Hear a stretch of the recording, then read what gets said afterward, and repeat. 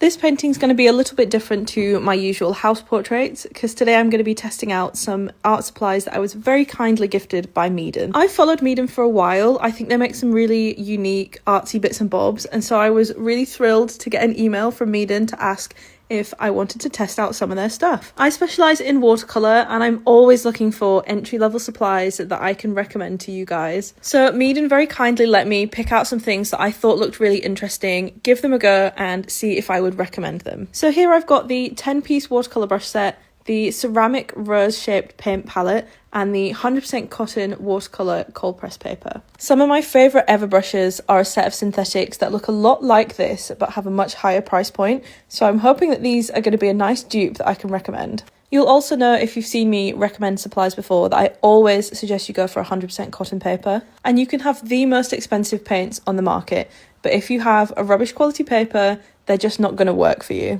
So I was thrilled to see that MEEDEN offer 100% cotton paper and at a decent price point too. So you'll see I've started to put down some little coloured blobs on my paper here. Anytime I do a review of art supplies, I always do the same painting. It's a very loose, very fun little wildflower sketch. I love it because I get to do something other than paint buildings, but I also think it's a really great way of testing out the supplies. So I'm painting some very loose and some more refined shapes for the leaves there. I'm also trying to test how the paint blends on the paper. I did have to work the colours together a little bit, but because it's 100% cotton, I had lots of working time, so I was able to do some nice blends and nice gradients. I also just wanted to test out this flat brush, so I did some little spiky bits on the bottom. This is by no means a tutorial, it's not a masterpiece, I was just having a little bit of fun. Now once the paint has dried, I like to come in with a fine liner and add some details on top. I thought the paper handled both the paint and the ink really well. I use a fountain pen which can sometimes have a bit of a scratchy tip, but it didn't leave any marks in the paper, which is always a great sign. This is on the smoother side of cold press papers that I've used in the past. You can see here in this close-up that it does have a really nice grain, but it's not super pronounced,